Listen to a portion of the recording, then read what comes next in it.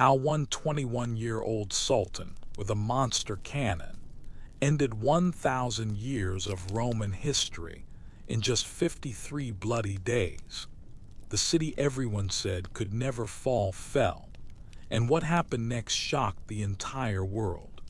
This is the insane true story of the fall of Constantinople, the day the Middle Ages died screaming.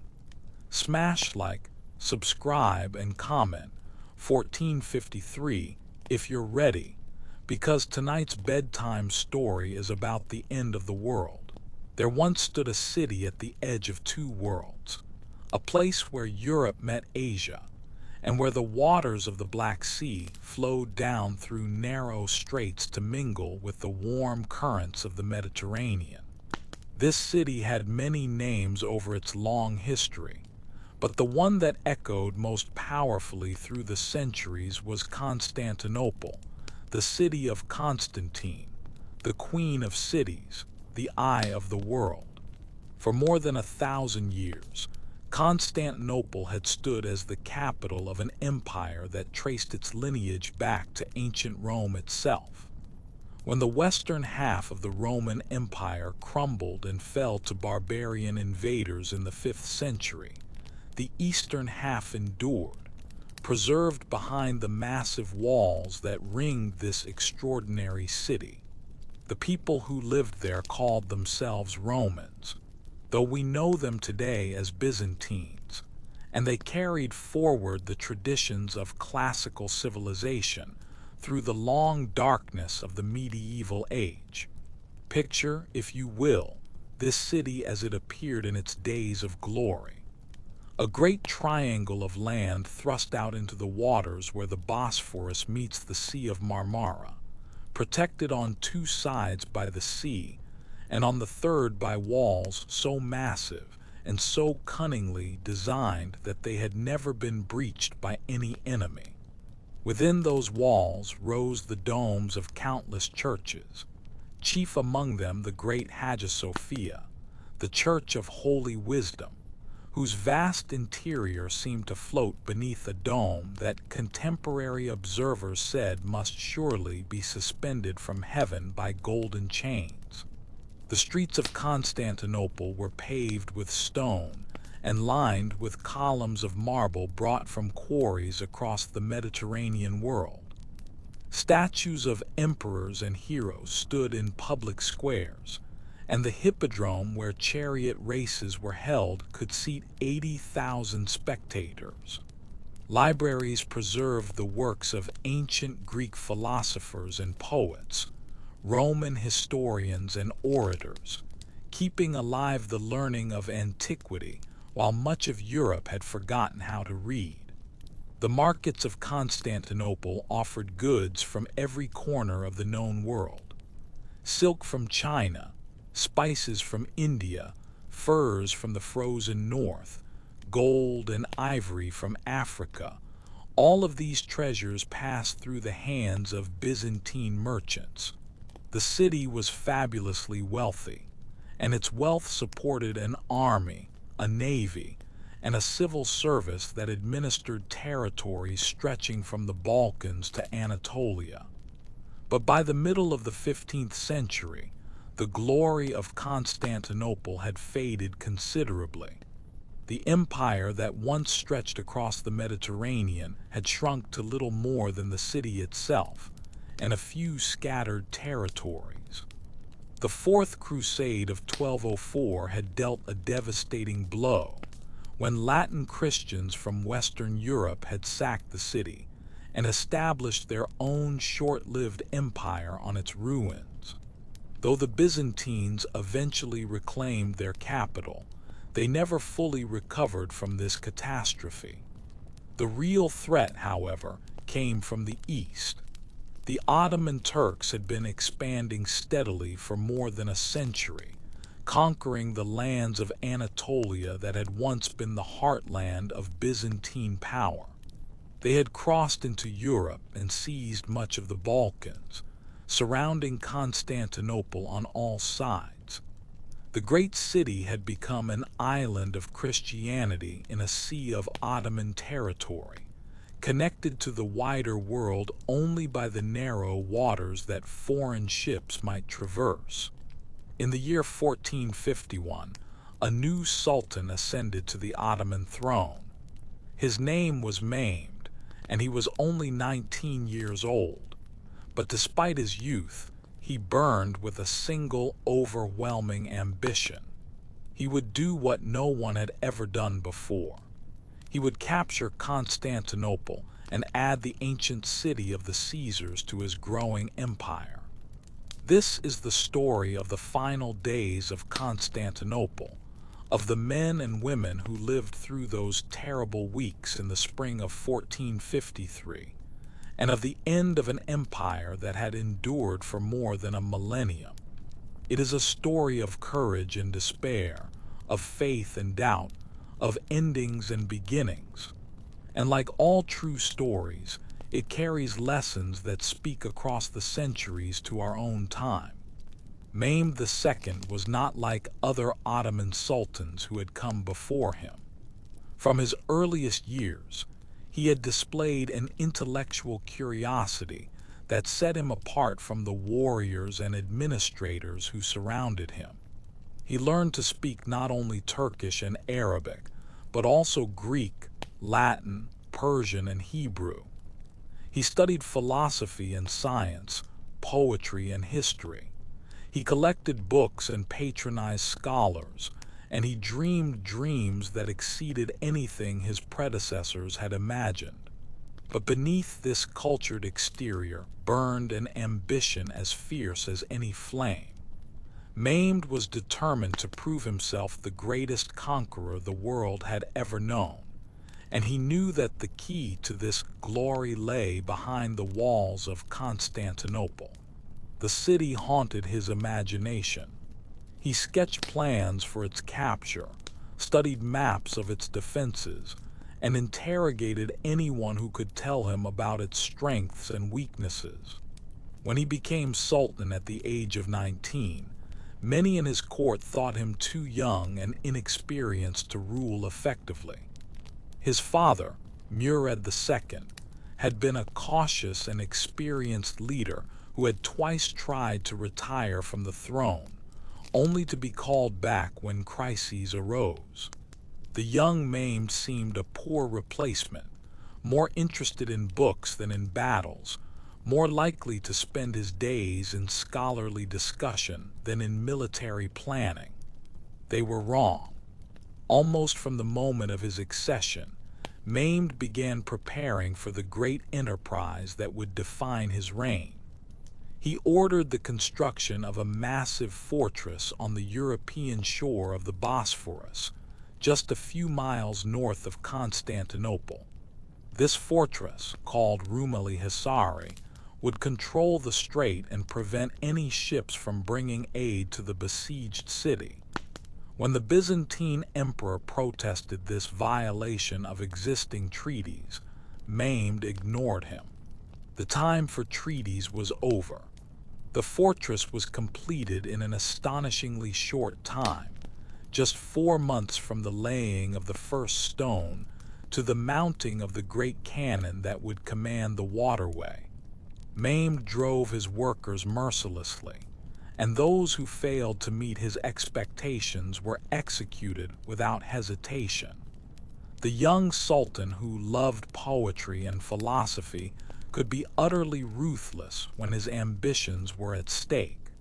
With the fortress complete, Mehmed turned his attention to the weapon that would make the conquest possible. He had heard of a Hungarian engineer named Orban who had offered his services to the Byzantine emperor, but had been turned away because the impoverished empire could not afford his price. Mehmed summoned this man to his court and asked him a simple question. Could he build a cannon large enough to breach the walls of Constantinople? Orban said that he could. He could build a cannon so large that it would fire stone balls weighing more than half a ton, capable of shattering any fortification ever built. Mehmed gave him unlimited resources and told him to begin immediately. The cannon that Orban built was a monster unlike anything the world had seen. It measured over 26 feet in length and required a team of 60 oxen and 200 men to transport it. When it was test-fired, the sound could be heard for miles around, and the stone ball it launched traveled over a mile before crashing to earth. Maimed was delighted. This was the weapon that would bring down the walls that had stood for 1,000 years. Throughout the winter of 1452 and into the spring of 1453, Maimed assembled his forces for the assault. Soldiers poured in from every corner of the Ottoman Empire, professional janissaries and irregular volunteers, cavalry and infantry, engineers and sappers. By some estimates, the army that gathered outside Constantinople numbered more than 80,000 men, though other accounts suggest the figure may have been even higher. The Sultan also assembled a fleet of ships to blockade the city from the sea and to attack its harbor defenses. More than 100 vessels of various sizes gathered in the Sea of Marmara, ready to sweep aside any naval opposition and complete the encirclement of the doomed city. Maimed himself arrived before the walls of Constantinople on the 2nd of April, 1453. He was 21 years old, and he was about to attempt the conquest that had defeated so many of his predecessors. The final siege of the city that had stood for more than 1,000 years was about to begin. The man who would lead the defense of Constantinople was named Constantine, the 11th emperor of that name to rule the Byzantine Empire. He was 48 years old, a seasoned soldier and administrator who had spent his life preparing for the responsibilities that had fallen upon his shoulders. He had no illusions about the odds he faced, but he was determined to resist the Ottoman assault with every resource at his command. Constantine XI was the fourth son of Emperor Manuel II and had not expected to inherit the throne. His older brothers had seemed destined for that honor, but fate had intervened.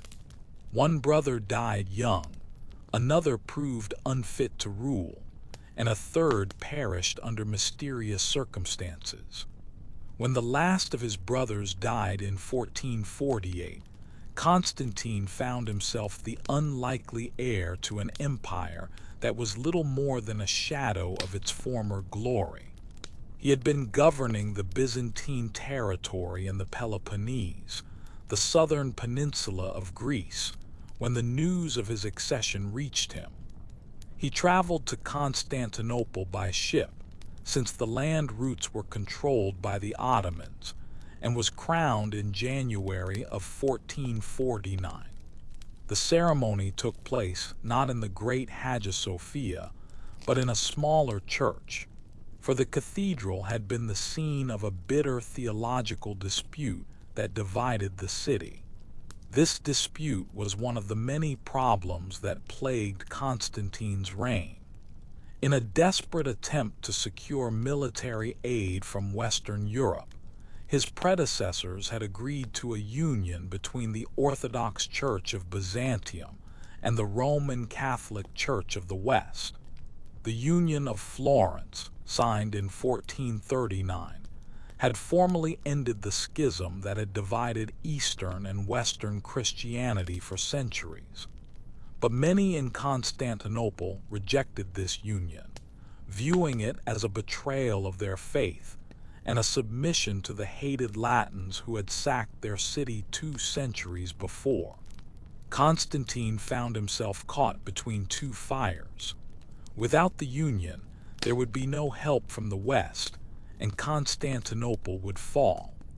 But enforcing the union meant alienating a large portion of his own population, who would rather die as Orthodox Christians than live as subjects of Rome. It was an impossible situation, and Constantine navigated it as best he could, neither fully embracing the union nor fully rejecting it. He sent embassy after embassy to the courts of Western Europe, pleading for assistance. He wrote to the Pope, to the kings of France and England, to the city-states of Italy, describing the dire situation and warning that the fall of Constantinople would open the gates of Europe to Ottoman invasion. He received sympathetic responses and promises of aid, but the aid was slow to materialize, and much of what was promised never arrived. The response from Venice was typical. The Republic was the leading naval power in the eastern Mediterranean and had extensive commercial interests in Constantinople.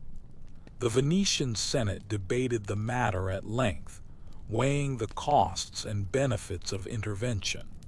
They eventually agreed to send a relief fleet, but the ships were not ready to sail until it was too late to make a difference. Politics, economics, and simple indifference had doomed the ancient city as surely as Ottoman cannon. Constantine did what he could with the limited resources available to him. He ordered the repair and strengthening of the great walls, work that had been neglected during the years of poverty and decline.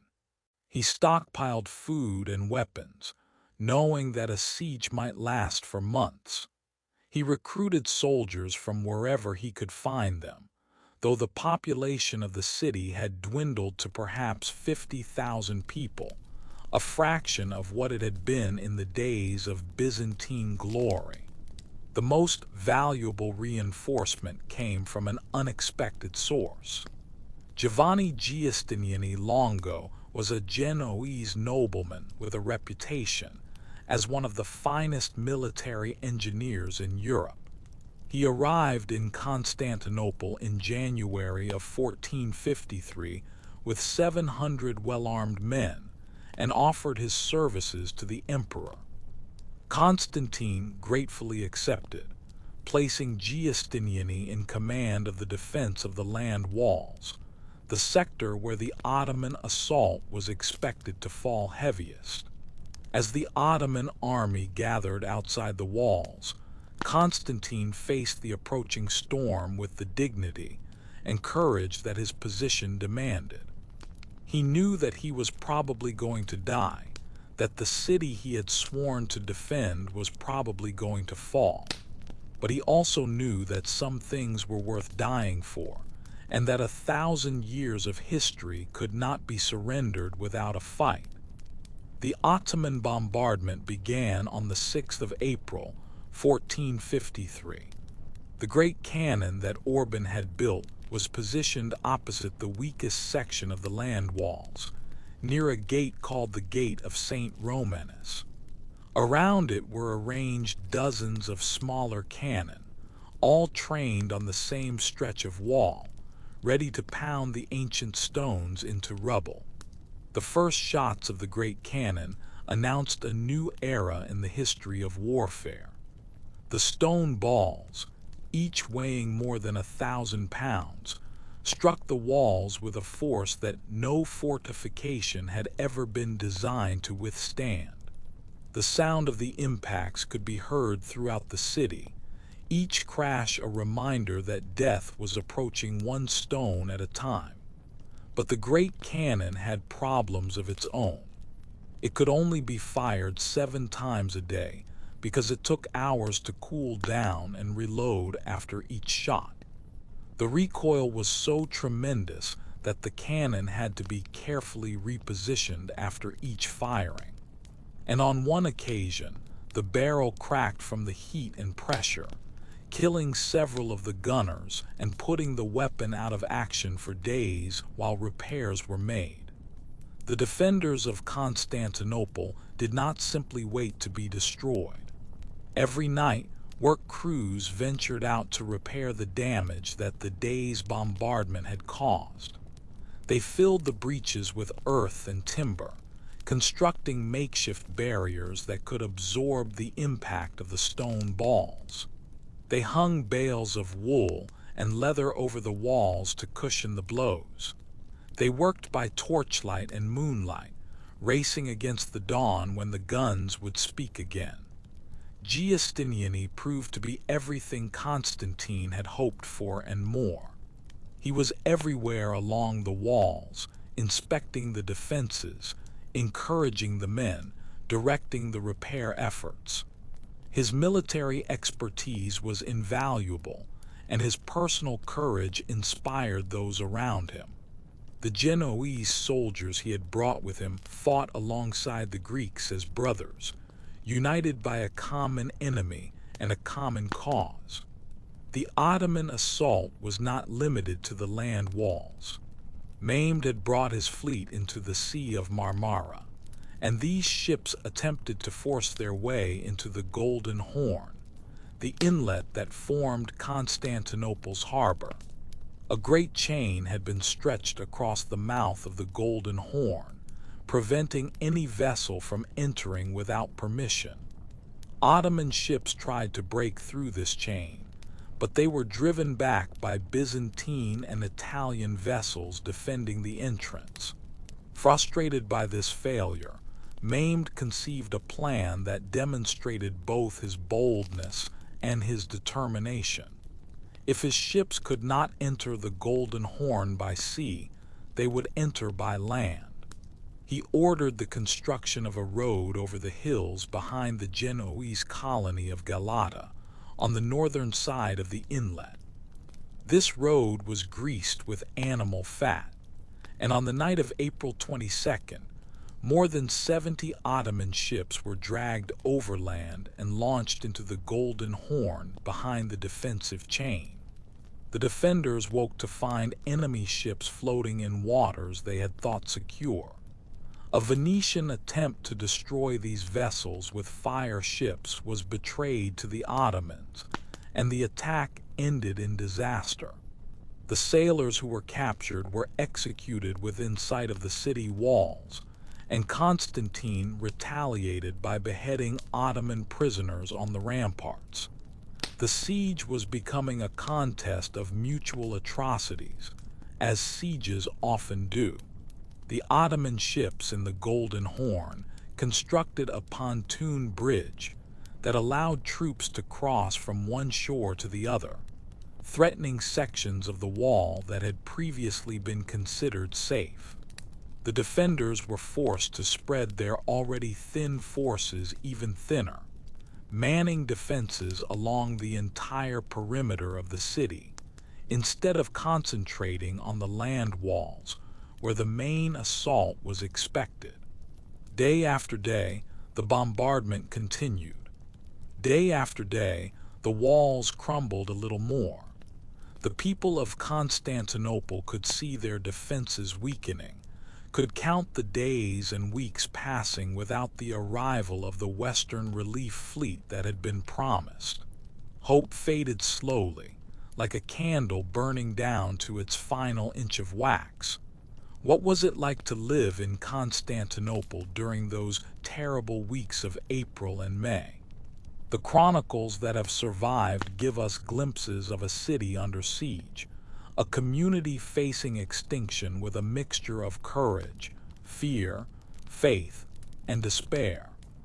The population of the city had shrunk dramatically over the preceding centuries. Where once 1 million people had lived within the walls, now perhaps 50,000 remained. Many of the great buildings were in ruins, their stones carted away for use in newer constructions or simply left to crumble. Entire neighborhoods stood empty, their streets overgrown with weeds, their houses home to nothing but rats and memories. Those who remained were a diverse lot. There were Greeks, of course, the descendants of the Romans who had ruled this city for more than 1,000 years. But there were also Italians, mostly Venetians and Genoese who had come to trade and stayed to make their fortunes. There were Armenians and Jews, Catalans and Turks, a polyglot collection of peoples thrown together by the accidents of history. During the siege, the divisions that normally separated these groups fell away, at least partially. Greeks and Italians fought side by side on the walls, united by the knowledge that Ottoman victory would mean disaster for all of them. Religious differences that had poisoned relations for generations seemed less important when enemy cannon were pounding the city into rubble. But unity was never complete. Many Greeks still refused to accept the union with Rome, and the presence of Catholic priests celebrating Mass in Hagia Sophia offended their deepest religious convictions. Some preferred to speak of falling to the Ottomans rather than submitting to the Pope, though this sentiment faded as the reality of the siege became clear. The women of Constantinople played a crucial role in the defense, though their contributions are often overlooked in the histories written by men. They carried food and water to the soldiers on the walls, nursed the wounded, and helped with the endless work of repairing the damage caused by the bombardment. Some took up arms and fought alongside the men when the situation demanded it. The children of the city grew up faster than they should have, surrounded by violence and death. They learned to recognize the sound of incoming artillery and to take shelter before the stones came crashing down. They watched their fathers and brothers march off to the walls each day, not knowing if they would return. The normal rhythm of childhood was shattered, replaced by the drumbeat of war. Religious observance intensified as the siege progressed. The churches of Constantinople were filled with people praying for deliverance, for a miracle that would save them from the disaster they could see approaching. Icons were carried in procession through the streets, and priests blessed the soldiers before they went into battle. Faith provided comfort in a situation where human efforts seemed increasingly futile. The emperor himself set an example of pious devotion combined with tireless activity.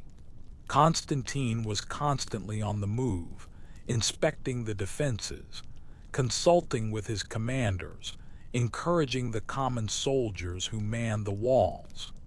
He ate little and slept less, driving himself to the point of exhaustion in the service of his doomed city. As April gave way to May, the mood in Constantinople grew darker. The Ottoman assaults were becoming more frequent and more intense. The walls were crumbling faster than they could be repaired. The promised relief from the West had not appeared, and it was becoming clear that it probably never would. The people of Constantinople began to understand that they were alone, that no one was coming to save them. On the other side of the walls, Mehmed's army was also feeling the strain of the prolonged siege. The young sultan had expected Constantinople to fall quickly, overwhelmed by his superior numbers and firepower.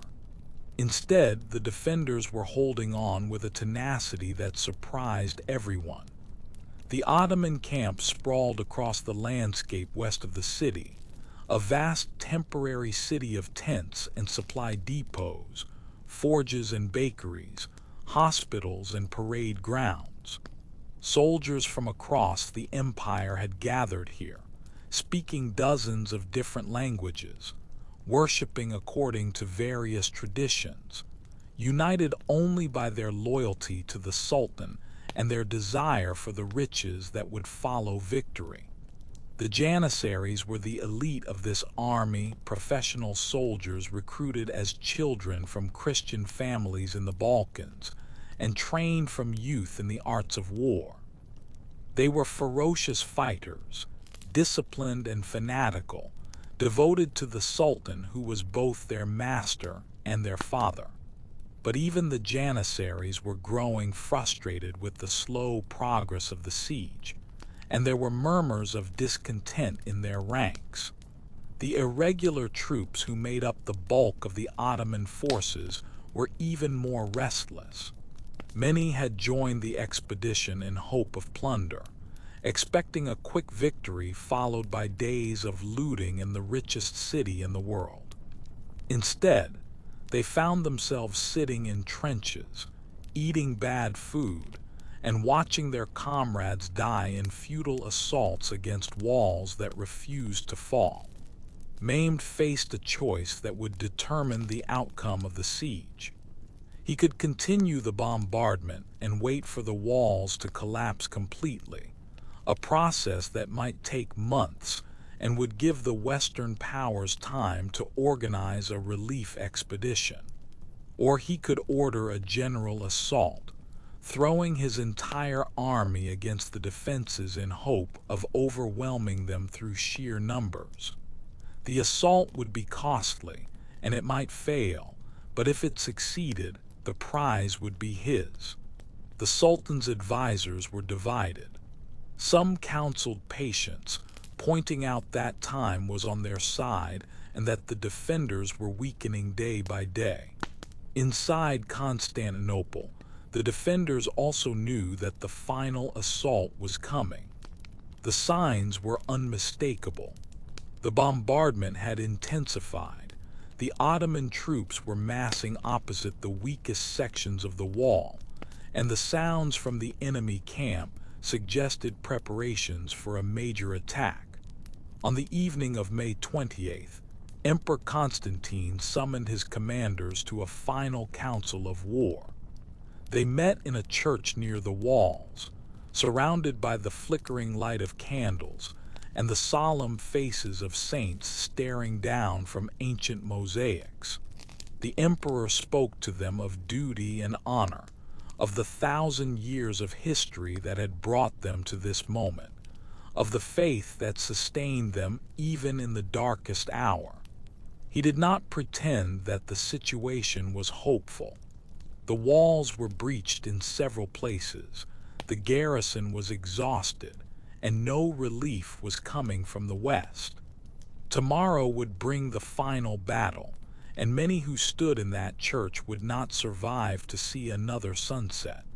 But Constantine reminded them that some things were worth dying for, and that the manner of their deaths might echo through the centuries as an example to future generations.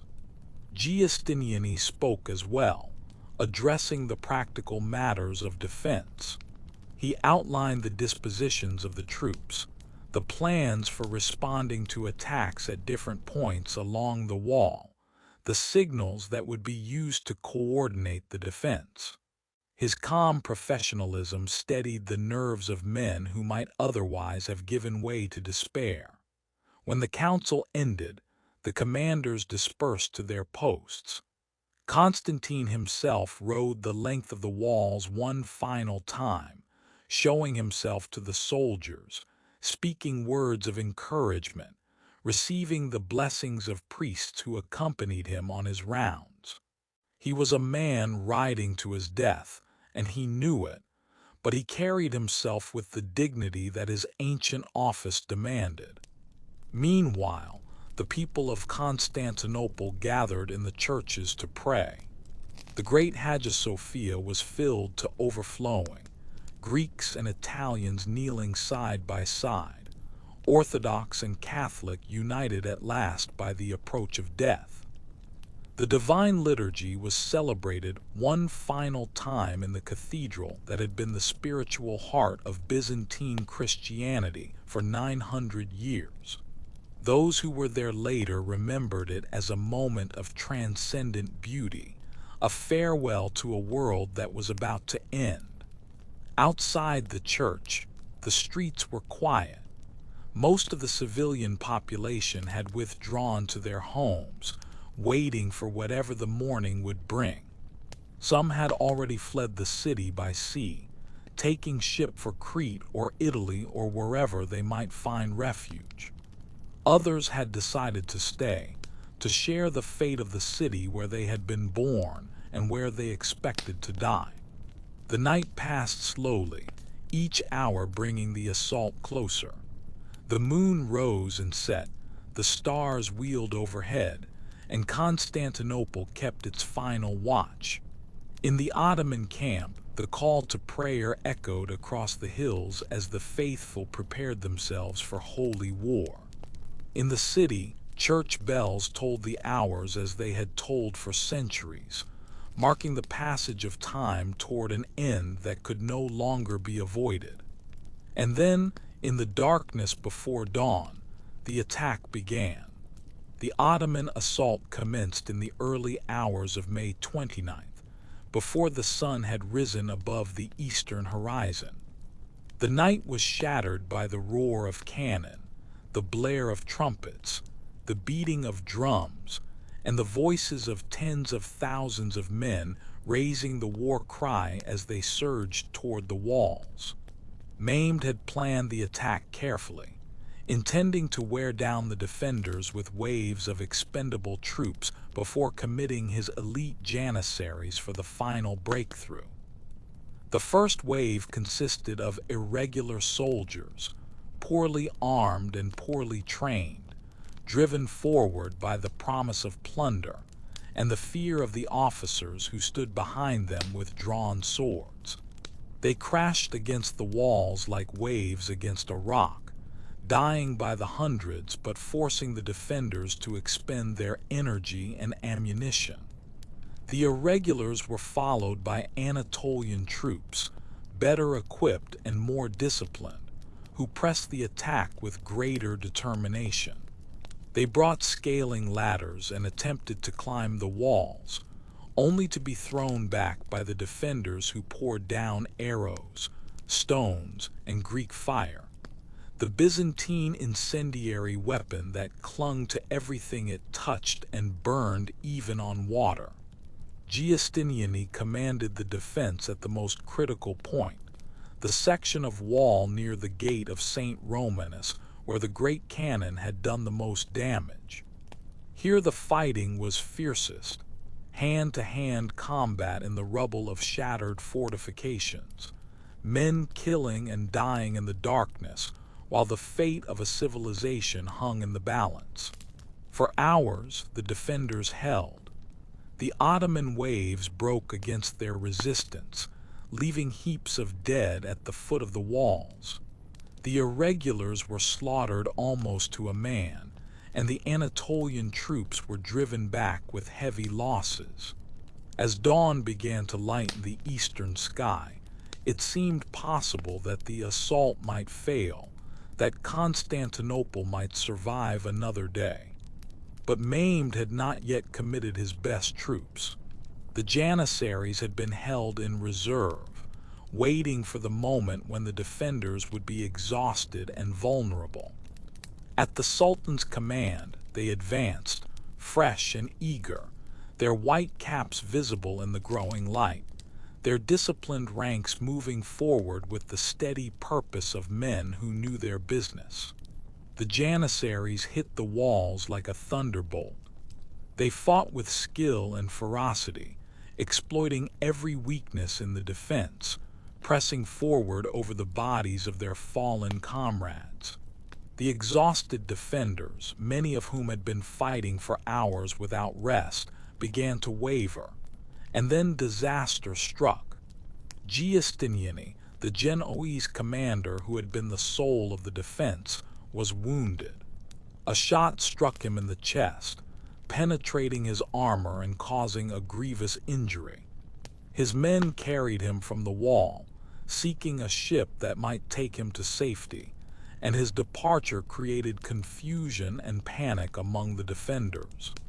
At almost the same moment, a small group of Ottoman soldiers discovered that a gate in the wall, the Kirkaporta, had been left unlocked. Whether this was an accident or treachery has never been determined, but the result was catastrophic. The Ottomans poured through the open gate, finding themselves inside the defenses, behind the men who were still fighting on the walls. The defense collapsed with shocking speed. Soldiers who had fought bravely for hours threw down their weapons and fled when they realized that the enemy was behind them. The Janissaries swarmed over the walls, cutting down everyone in their path. The people of Constantinople, awakened by the sounds of battle, poured into the streets in panic, seeking escape that was no longer possible. Constantine the 11th died in the fighting, though exactly how and where has never been established with certainty. Some accounts say he fell defending the gate of St. Romanus, surrounded by Janissaries, his purple cloak marking him as a target. Others say he was killed in the chaos of the retreat, his body lost among the thousands of corpses that would choke the streets of his city. His remains were never positively identified, and legends would grow up around his death, stories that he had been turned to stone and would one day return to reclaim his throne. By noon on May 29, 1453, Constantinople had fallen. The city that had stood for more than 1,000 years, the capital of an empire that traced its lineage to Augustus Caesar, the repository of classical learning and Christian tradition, had passed into the hands of the Ottoman Turks. The Byzantine Empire, which had survived so many crises over so many centuries, had finally come to an end. What followed the fall of the walls was the horror that always follows when a city is taken by storm. Mehmed had promised his soldiers 3 days of unrestricted plunder, and they intended to collect on that promise. The streets of Constantinople became scenes of nightmare as the victorious army spread through the city, taking whatever they could carry and destroying much of what they could not. The churches were particular targets. Soldiers broke down the doors of sacred buildings, tore the gold and silver from altars and icons, and rounded up the congregations who had sought refuge within. The priests who had celebrated the final liturgy in Hagia Sophia were killed or enslaved, and the great cathedral was stripped of everything valuable that could be removed. The population suffered terribly. Those who could not flee or hide were killed or captured, the young and healthy destined for the slave markets, while the old and infirm were often simply murdered. Families were torn apart, parents separated from children, husbands from wives, as the captors divided their human prizes. The streets ran with blood, and the screams of the victims echoed through the ruined city. Some found refuge. The Venetian and Genoese ships in the harbor managed to escape, carrying a portion of the population to safety. Others hid in cellars and secret rooms, waiting for the fury to pass. A few were protected by individual Ottoman soldiers who showed mercy despite the general license for violence. But for most, there was no escape. The population that had numbered perhaps 50,000 before the siege was reduced by half within those first terrible days. The dead lay unburied in the streets, and the living were marched away in chains to begin new lives as slaves in a foreign land. Mehmed himself entered the city on the afternoon of the first day.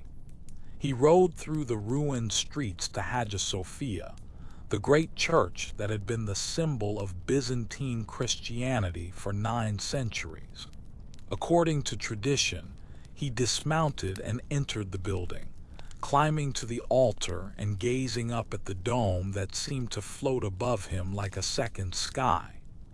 What he saw moved him, and he ordered an end to the destruction of the building. Hagia Sophia would not be demolished. Instead, it would be converted into a mosque, its Christian mosaics plastered over, its crosses replaced by crescents, its function transformed but its structure preserved. The building still stands today, a testament to the complex legacy of the conquest. Mehmed also ordered an end to the general sack after just one day, cutting short the 3 days of plunder he had promised. Whether this was an act of mercy or simply practical politics is debated by historians. The Sultan intended Constantinople to be his capital, and he needed a functioning city, not a depopulated ruin. He began immediately to repopulate the city, bringing in settlers from across his empire, and to repair the damage that the siege and sack had caused. But the damage to Constantinople's identity was irreversible. The city that emerged from the conquest was fundamentally different from the one that had existed before. The Greek Christian population was now a minority in what had been their capital for more than 1,000 years.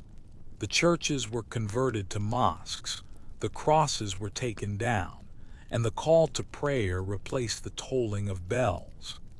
Constantinople became Istanbul, though the transformation of the name was gradual, and the city would continue to be called Constantinople by Europeans for centuries to come. The Queen of Cities had a new master, and her ancient identity was overlaid with a new Ottoman character that would define her for the next 500 years. Not everyone who lived in Constantinople died or was enslaved when the city fell. Some escaped, fleeing by sea or finding refuge in areas that remained under Christian control. These refugees carried with them more than just their lives. They carried the accumulated learning of Byzantine civilization, the books and manuscripts that preserved the wisdom of ancient Greece and Rome, the knowledge and skills that would help spark the Renaissance in Western Europe. Picture a scholar named John Argyropoulos standing on the deck of a ship as Constantinople burns in the distance. He has managed to save a few precious books, works by Aristotle and Plato that he has spent his life studying. He has lost everything else, his home, his library, his position, his world. But he has his knowledge, and he knows languages that few in the West can read. When he reaches Italy, he will find eager patrons who want to learn what he knows. The princes and merchants of Florence and Rome are hungry for the wisdom of the ancients, and men like Argyropoulos can teach them. He will spend the rest of his life training a new generation of Western scholars in the Greek language and Greek philosophy, passing on a tradition that might otherwise have been lost forever. Argyropoulos was not alone. Dozens of Byzantine scholars made their way to Italy in the years before and after the fall, bringing their books and their expertise.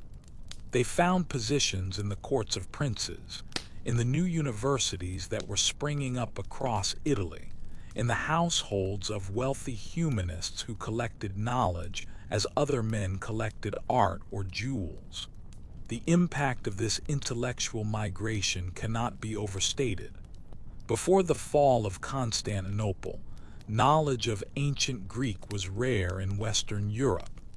The works of Plato and Aristotle, of Homer and Sophocles, were known primarily through Latin translations, often made centuries earlier and not always accurate. The Byzantine refugees brought direct access to these texts, along with the skills to read and interpret them. The result was an explosion of learning that transformed European culture.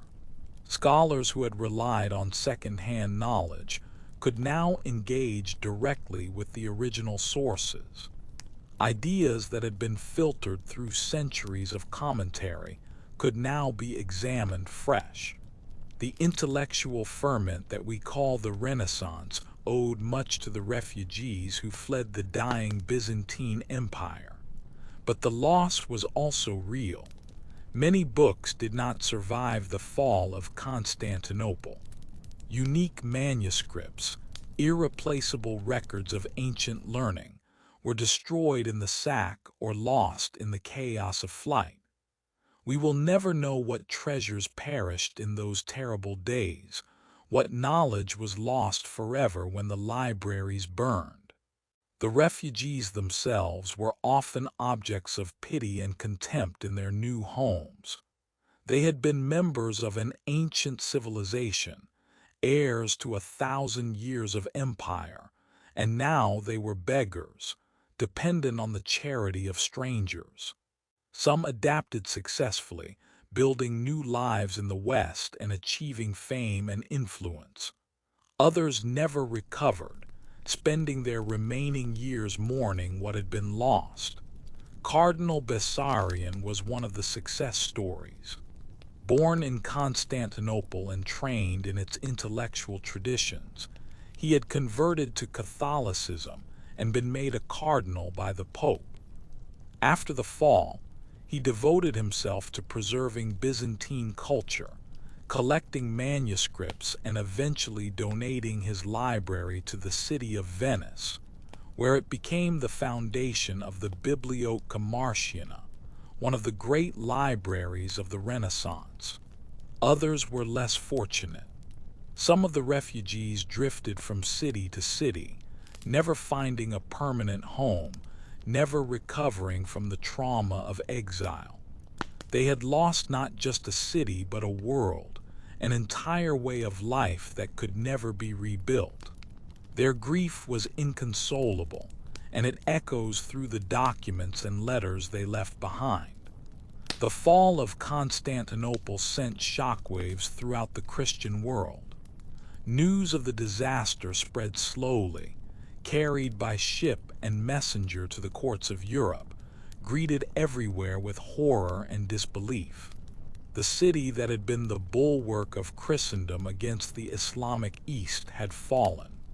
The ancient empire of the Romans had come to an end. The consequences seemed almost too vast to comprehend. Pope Nicholas V called for a new crusade to recapture the city, but his appeals fell on deaf ears. The kingdoms of Europe were too divided, too absorbed in their own conflicts, too skeptical of papal leadership to unite behind such an enterprise. Some expeditions were organized, but they came to nothing. The age of the Crusades was over, and Constantinople would remain in Ottoman hands. In Russia, the fall had particular significance. The Grand Princes of Moscow had long claimed a special relationship with Byzantine Christianity, and they would eventually take up the mantle of defenders of the Orthodox faith. Ivan III married a Byzantine princess, adopted the double-headed eagle of the Byzantine emperors as his emblem, and began to style himself Tsar, a Slavic version of Caesar. Moscow, according to this ideology, was the third Rome, the successor to both ancient Rome and Constantinople. This claim would shape Russian history for centuries to come, influencing everything from religious practice to imperial ambition. The idea that Russia had a special mission to preserve and protect Orthodox Christianity became deeply embedded in Russian culture, a legacy of the fall of Constantinople that persists in some forms even today. In Western Europe, the fall accelerated changes that were already underway. The Ottoman control of the eastern Mediterranean disrupted traditional trade routes, encouraging merchants to seek new paths to the riches of Asia. Within decades, Portuguese explorers would round the Cape of Good Hope, and Columbus would sail west into the unknown, beginning the age of exploration that would reshape the world. The printing press, invented in Germany around the time of the fall, would soon make possible the mass production of the books that Byzantine refugees had brought to the West.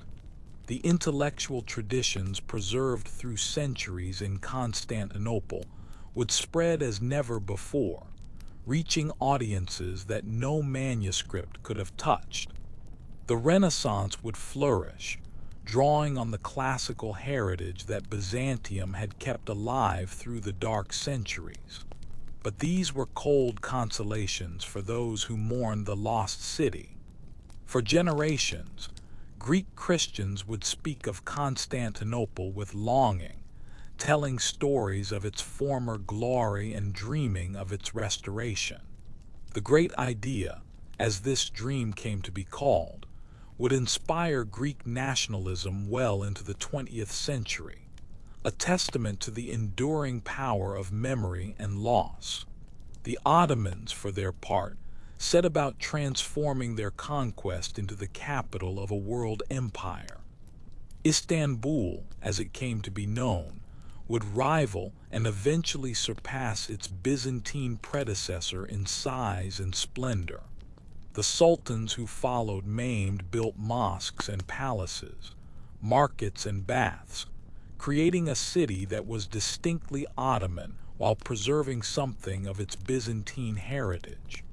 Hagia Sophia remained, its great dome still dominating the skyline, though now crowned with minarets and echoing with the call to prayer. The Theodosian walls still stood, though their military significance had passed. The Golden Horn still sparkled in the sunlight, and the Bosphorus still carried ships between two continents. Constantinople was gone, but the city endured. What does the fall of Constantinople mean to us today, more than 500 years after that terrible spring morning when the walls finally fell? Why should we care about the end of an empire that most people have never heard of, about a siege that seems impossibly remote from the concerns of our own time? Perhaps the most important lesson is simply the reminder that nothing lasts forever. The Byzantine Empire had endured for more than 1,000 years, surviving invasions and civil wars, plagues and economic crises, theological disputes and political intrigues. To those who lived within its borders, it must have seemed permanent, as much a part of the natural order as the sun and the stars. And yet it ended, swept away in a single spring campaign by an enemy it had underestimated, and a world that had changed while it remained fixed in its ancient ways. This is a humbling thought for any civilization, including our own. We too have built our institutions and our cities, our technologies and our ways of life, and we too tend to assume that they will endure indefinitely. The fall of Constantinople reminds us that this assumption may be unfounded, that the future is not guaranteed, that the choices we make today will determine whether our world survives or falls. Another lesson concerns the importance of unity in the face of existential threat. The Byzantines were divided, weakened by internal conflicts that prevented them from mounting an effective defense. Greeks and Italians distrusted each other. Orthodox and Catholic disputed theology, while the enemy gathered outside the gates. These divisions made Constantinople vulnerable to an enemy that was, in many ways, less sophisticated but far more unified in purpose. We see similar dynamics in our own world, where divisions of politics and religion, race and class, nation and ideology prevent effective cooperation on challenges that threaten us all. The Byzantine example suggests that such divisions can be fatal, that there are times when setting aside our differences is not a luxury, but a necessity for survival. The fall also reminds us of the fragility of culture and learning. The Byzantines preserved the heritage of classical antiquity through centuries when that heritage was forgotten or ignored in the West.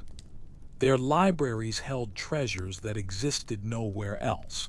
Their scholars understood texts that had not been read in other languages for 1,000 years. When Constantinople fell, much of this was lost forever, destroyed in a few days of violence what had been accumulated over generations. We live in an age when knowledge is more widely available than ever before, stored in libraries and databases, accessible to anyone with an internet connection. But this very abundance can breed complacency. We assume that information will always be there when we need it, that the systems we have built to preserve and transmit knowledge are robust enough to survive any crisis.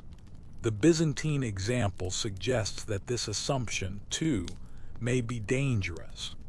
Finally, the fall of Constantinople speaks to the human capacity for courage in the face of impossible odds. Let us return one more time to the city of Constantinople, to the night before the final assault.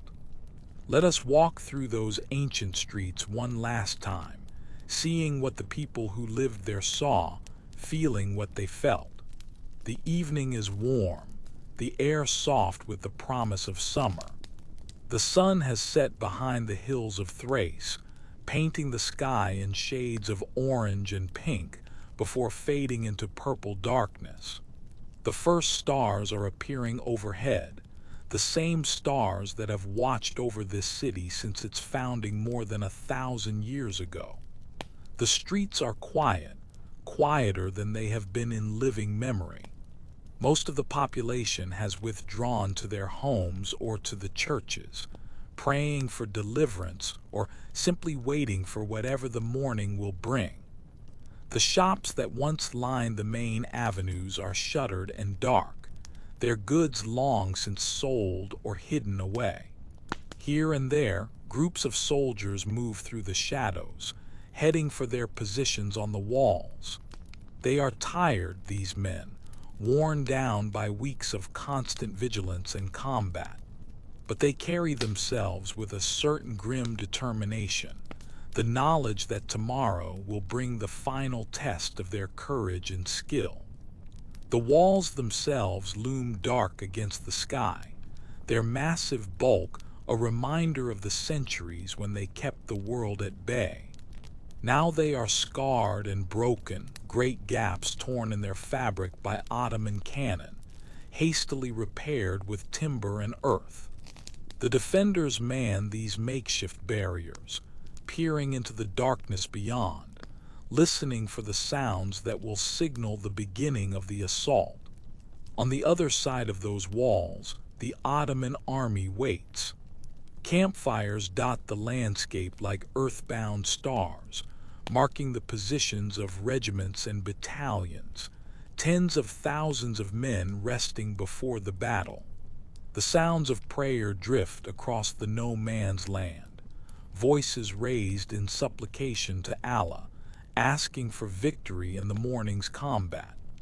In the Church of the Holy Apostles, a congregation gathers for what may be the last service ever held in this ancient building. The church was founded by Constantine the Great himself, the emperor who gave the city its name, and for centuries it served as the burial place of emperors. Now it stands nearly empty, most of its treasures long since sold to pay for mercenaries, its congregation a remnant of a remnant. The priest celebrates the liturgy with extra solemnity, knowing that these may be the last words of worship ever spoken in this place. The people respond in Greek, the language that has been spoken in this city since before the time of Christ. They receive the communion bread and wine, they pray for their families and their city, and then they disperse into the darkness, each to face the morning in their own way. In his palace, Emperor Constantine is not sleeping. He has spent the evening making final preparations, consulting with his commanders, reviewing the dispositions of his troops. Now, In the quiet hours before dawn, he allows himself a moment of stillness, a moment to contemplate the 1,000 years of history that have led to this point. He thinks perhaps of the great emperors who came before him, of Justinian who built Hagia Sophia, of Heraclius who saved the empire from Persian conquest, of Basil II who extended Byzantine power to its greatest extent. He thinks of his own family, of his brothers who ruled before him, of his nieces and nephews who may never see another sunrise. And he thinks, surely, of what the morning will bring. He has no illusions about his chances of survival. The walls are breached, his army is exhausted, and the Ottoman host is overwhelming in its strength. He will die tomorrow, in all probability, die fighting on the walls of his city, the last Roman emperor to wear the purple. But he will die well. He will die as an emperor should die, defending his people, fulfilling the oaths he swore when the crown was placed upon his head. The manner of his death will be remembered, will become part of the legend that grows up around the fall of great cities, will inspire those who hear the story to face their own trials with courage and dignity. The night passes slowly. The stars wheel overhead, marking the hours until dawn. And then, in the darkness before sunrise, the silence is shattered by the roar of cannon, the blare of trumpets, and the voices of men who have come to tear down 1,000 years of history. The fall of Constantinople has begun. Let us take a moment to mourn what was lost when Constantinople fell. Not just the lives, though those were precious enough, but the intangible things, the traditions and customs, the ways of being and seeing that had developed over more than 1,000 years. There was the language, for one thing. Byzantine Greek was not the same language that Homer spoke or that Plato wrote in, but it was descended from that language, changed by centuries of use but still recognizable, still connected to the classical heritage. When Constantinople fell, Greek would continue to be spoken in the Ottoman Empire, but it would no longer be the language of power and prestige, no longer the tongue in which emperors issued decrees and patriarchs delivered sermons. There was the art. Byzantine mosaics and icons represented a tradition of religious imagery that had developed over centuries, finding ways to represent the divine that balanced theological correctness with aesthetic beauty. Some of this art survived, preserved in churches that were converted to mosques or in collections scattered across the world. But the living tradition, the workshops where young artists learned from old masters, the continuous evolution of style and technique, all of this came to an end. There was the music. Byzantine chant, the liturgical music of the Orthodox Church, was one of the great musical traditions of the medieval world. It had its own notation, its own theory, its own complex system of modes and scales. Much of this tradition survived in the Greek churches that continued to exist under Ottoman rule, but something was lost as well, some quality of performance or interpretation that depended on the context of a living empire. There was the learning. Constantinople had been a center of scholarship for 1,000 years, home to schools and libraries where the works of ancient authors were copied, studied, and debated. The curriculum included not just theology, but also philosophy, rhetoric, law, medicine, and mathematics. Students came from across the Christian world to study in Constantinople, and graduates went out to serve as administrators, teachers, and clergy throughout the empire. There was the ceremony. The Byzantine court had developed elaborate rituals over the centuries, ceremonies that marked the passage of time and the exercise of power. The emperor was a sacred figure, surrounded by an aura of majesty that was carefully cultivated through every detail of his public appearances. This ceremonial tradition influenced courts across medieval Europe and even reached the distant lands of Russia. When the empire fell, the ceremonies continued in attenuated form, but their original meaning and context were lost. There was the law. The Byzantines had inherited and developed the Roman legal tradition, creating a body of jurisprudence that influenced legal systems across Europe. The Justinian Code, compiled in the 6th century, was studied in Western universities and formed the basis for legal education throughout the medieval period. Byzantine jurists continued to refine and develop this tradition until the very end, producing commentaries and treatises that preserved ancient wisdom and applied it to new circumstances. There was the diplomacy.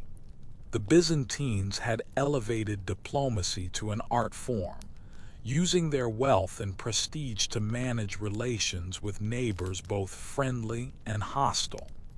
They were masters of delay and equivocation, of playing enemies against each other, of buying peace when they could not win war. Their diplomatic practices influenced the development of statecraft throughout medieval Europe and beyond. There was the technology. Byzantine engineers and craftsmen knew how to make things that were unknown or forgotten in the West. Greek fire, the incendiary weapon that had saved the city so many times, was the most famous example, but there were others as well. Silk production, metalworking, glassmaking, all of these crafts reached high levels of sophistication in Constantinople, and some of their secrets died with the empire. All of this was lost, or transformed beyond recognition, when the walls finally fell. The people who carried this heritage, who understood its meaning and knew how to perpetuate it, were killed or scattered or forced to adapt to new circumstances that left no room for old ways. Within a generation, the living memory of Byzantine civilization began to fade, replaced by nostalgia on the one hand and historical research on the other. We can study the Byzantines today, can read their books and examine their art, can reconstruct something of how they lived and what they believed. But we cannot experience their civilization as a living thing, cannot know what it was like to walk through the streets of Constantinople when it was still the capital of an empire. That knowledge died with the last defenders on the walls, and it can never be recovered. But not everything was lost. Amid all the destruction and death, some things survived the fall of Constantinople, carried forward into the future by those who escaped or by those who remained to build new lives under Ottoman rule. The Orthodox Church survived. Though the Patriarchate of Constantinople was now subject to a Muslim sultan, it continued to function as the spiritual head of Eastern Christianity. The Ottomans, for all their military fervor, were relatively tolerant rulers who allowed their Christian subjects to practice their faith, subject to certain restrictions and special taxes. The Greek Church would endure for centuries under Ottoman rule, preserving its traditions and eventually playing a central role in the Greek national awakening. The Greek language survived. Though it was no longer the language of power, Greek continued to be spoken by millions of people throughout the former Byzantine territories. Greek communities maintained their identity through language, passing it down from generation to generation, despite the pressures of assimilation. When Greece finally won its independence in the 19th century, the language was ready to serve as the foundation of a new national identity. The books survived, at least some of them. The Byzantine refugees who fled to Italy brought manuscripts with them, treasures that would help spark the Renaissance and shape the intellectual history of Europe. Libraries in Venice, Florence, and Rome acquired Byzantine collections, preserving works that might otherwise have been lost forever. The great texts of classical antiquity, filtered through centuries of Byzantine scholarship, became available to a Western audience hungry for ancient wisdom. The art survived, transformed but recognizable. Byzantine influences shaped the development of Russian icon painting, which preserved and developed the traditions that had been interrupted in Constantinople itself. Italian painters of the Renaissance studied Byzantine models and incorporated their techniques into a new artistic vocabulary. Even today, the Byzantine style remains influential in Orthodox religious art, a living tradition that traces its lineage back to the workshops of the fallen city. The ideas survived. Byzantine political theory, with its emphasis on the sacred nature of imperial authority, influenced the development of absolutism in early modern Europe. Byzantine theology continued to shape Orthodox Christianity, and through it, the cultures of Russia, Greece, and the Balkans. Byzantine legal concepts found their way into Western law codes and continue to influence jurisprudence to this day. The memory survived. The fall of Constantinople became one of the great traumatic events of European history, a catastrophe that haunted the imagination of generations. Poets and painters, historians and novelists returned to the subject again and again, trying to capture something of what was lost and what it meant.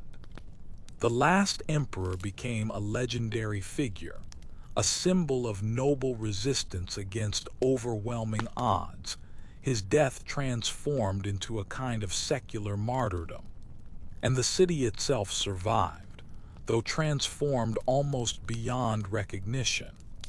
Istanbul under the Ottomans became one of the great cities of the world, its population eventually exceeding anything Constantinople had known at its height. The Bosphorus still sparkled, the Golden Horn still provided safe harbor for ships, and the Great Dome of Hagia Sophia still dominated the skyline, even if it now echoed with the prayers of Muslims rather than Christians. The survival was never complete, and the loss was real. But human civilization is resilient, and what cannot be preserved intact can sometimes be transformed into something new. The heritage of Byzantium did not disappear when Constantinople fell. It dispersed, adapted, and found new forms of expression in new contexts. The thread was not broken, only stretched thin for a time before weaving itself into new patterns. More than 5 centuries have passed since that spring morning when the walls of Constantinople finally fell. The world has changed beyond recognition. Empires have risen and fallen. Technologies have transformed the conditions of human life. Ideas that seemed eternal have been challenged and sometimes overthrown. What can the fall of Constantinople mean to us, who live in a world so different from the one that witnessed it? Perhaps it means, first of all, a reminder of impermanence. We build our cities and our institutions, our technologies and our ways of life, and we tend to assume that they will last forever. The Byzantines thought the same, and they were wrong. There is no guarantee that our civilization will prove more durable than theirs. no cosmic law that ensures our survival. The fall of Constantinople is a memento mori for nations, a reminder that everything human is subject to time. Perhaps it means also a reminder of the importance of what we choose to preserve. The Byzantines kept alive the heritage of classical antiquity through centuries when it was forgotten or ignored elsewhere. They copied manuscripts, maintained schools, trained scholars, and passed down traditions that might otherwise have been lost. We are the beneficiaries of their care, even if we do not always remember to acknowledge it. What are we preserving for future generations? What books and ideas, what art and music, what ways of being and knowing are we passing on to those who will come after us? The Byzantine example suggests that this is not an idle question, that civilizations are judged not only by what they create, but also by what they conserve. Perhaps the fall also reminds us of the human capacity for courage in the face of disaster. Constantine the 11th knew that his cause was lost, that his city would fall and his empire would end. But he did not despair, did not abandon his people, did not seek an easy escape. He stood and fought and died, and in doing so he gave an example that has inspired countless people over the centuries. We all face moments when the odds are against us, when success seems impossible, when the temptation to give up is almost overwhelming. The example of Constantine and his defenders suggests that how we face such moments matters, that there is something in the human spirit that can rise above circumstances and find meaning even in defeat. Finally, perhaps the fall of Constantinople reminds us that endings are also beginnings. The Byzantine Empire ended on May 29, 1453, but its legacy did not end with it. The refugees who fled to Italy helped spark the Renaissance. The scholars who carried manuscripts westward preserved learning that would shape the modern world. The ideas and traditions of Byzantium found new expressions in new contexts, contributing to a cultural heritage that we all share. Every ending contains within it the seeds of new beginnings. The old world passes away, but something of it survives, transformed and renewed, contributing to the endless river of human experience that flows from generation to generation. This is not meant to minimize the tragedy of the fall, the lives lost, and the suffering endured. But it is meant to suggest that tragedy is not the final word, that life goes on, and that even the greatest catastrophes cannot entirely destroy what human beings have built. Let us take one final journey, a walk through the centuries that connects the fall of Constantinople to our own time. Let us trace the path of the Byzantine legacy as it wound its way through history, touching lives and shaping events that led, eventually, to the world we know today. In the years immediately following the fall, Byzantine refugees scattered across Europe. Some went to Italy, where they found patrons among the wealthy merchants and princes who were beginning to appreciate the value of classical learning. Others went to Crete, which remained under Venetian control and became a haven for Greeks fleeing Ottoman rule. Still others made their way to Russia, where the grand princes of Moscow were beginning to see themselves as the heirs of Byzantine civilization. In Florence, a city that was becoming the center of a new cultural movement, Byzantine scholars found eager students. Cosimo de' Medici, the wealthy banker who dominated Florentine politics, established an academy dedicated to the study of Plato, and Byzantine refugees were among its first teachers. The rediscovery of Plato's philosophy, filtered through Byzantine interpretation, would transform European thought, influencing everything from art to politics to religion. In Rome, Pope Nicholas V was building a library that would eventually become the Vatican Library, one of the greatest collections of manuscripts in the world. Byzantine books were among its treasures, carefully preserved and catalogued, available to scholars who came from across Europe to study them. The knowledge contained in these books would spread through the new technology of the printing press, reaching audiences that no manuscript could have touched. In Venice, the books collected by Cardinal Bessarion formed the foundation of a public library, the first of its kind in Europe.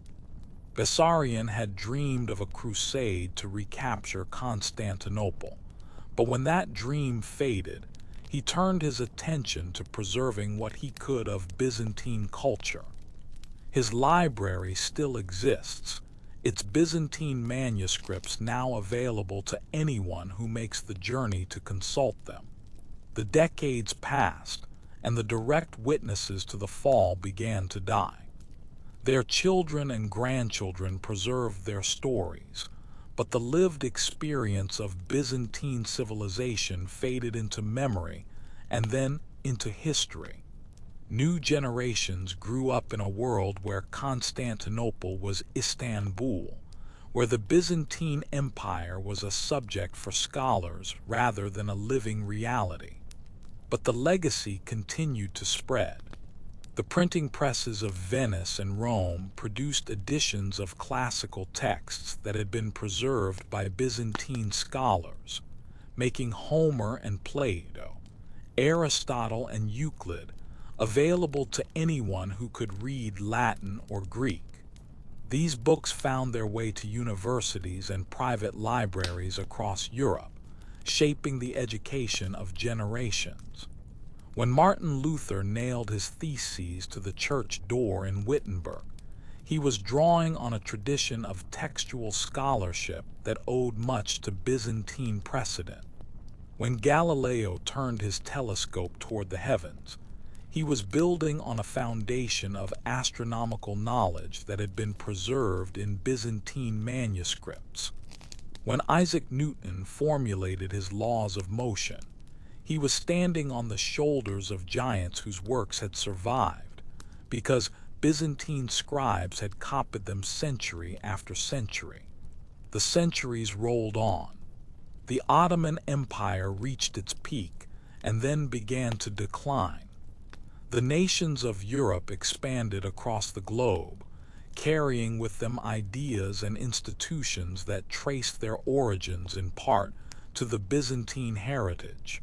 Greece won its independence in the 19th century, and Greek nationalists dreamed of recovering Constantinople, of restoring the glory that had been lost in 1453.